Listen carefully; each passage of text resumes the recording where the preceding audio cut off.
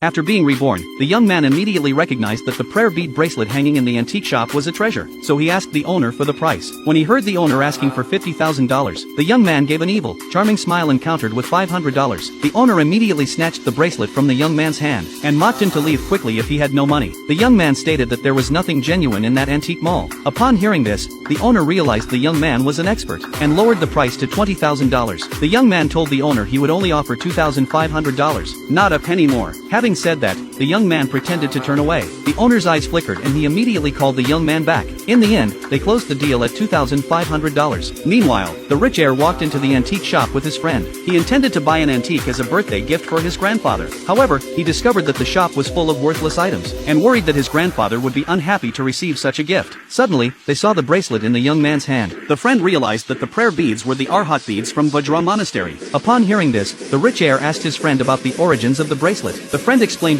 that back in the day, a monk carved a set of rosary beads from a 100-year-old sandalwood tree in honor of the 18 Luohan. After the monk passed away, the beads were stolen by thieves and their whereabouts remained unknown. They never expected to see them here today. The rich heir thought the beads would be a fitting longevity gift, so he asked the young man to resell the beads to him. When the young man heard the rich heir's name, he recalled that in his previous life this heir had been framed by his actress, and was eventually kicked out of the house by his father, and ultimately had been badly betrayed by his father. At this moment, the rich heir offered $300,000 to buy the beads. To get in good with this wealthy man, the young man readily agreed. Then the rich heir invited the young man to his company to pick up the money. After the assistant brought out $300,000 in cash, the young man asked the heir if his company employed many beautiful actresses. When the rich heir said yes, the young man told the heir that temptation often hides traps on the other side. The rich heir don't understand what it means. The young man said he noticed the heir's Taiyang acupoint was dark, fearing he would fall into a peach blossom calamity. The rich heir thought the young man was talking nonsense. The young man did not explain further, but took the money and left. That night, the rich heir was on a date with a beautiful actress, when he suddenly remembered the young man's warning from the afternoon. While the actress was taking a shower, he started searching the hotel room, and indeed found a hidden camera in the corner. If the young man hadn't warned him to be careful of the company's actress, he might have already been ruined and kicked out of the house by his father. To thank the young man, the rich heir wanted to buy a villa and give it to him. To his surprise, the young man didn't like villas, but instead wanted to buy a house in the slums, because, relying on memories of his previous life, he knew that the property in this area would quintuple in value after 3 days. Although the rich heir didn't believe the price would rise, but considering that the young man's instincts are very accurate, he not only helped the young man pay the deposit on one house, but also bought 2 more for himself as investments. Then the rich heir took the young man to a 5-star restaurant for dinner.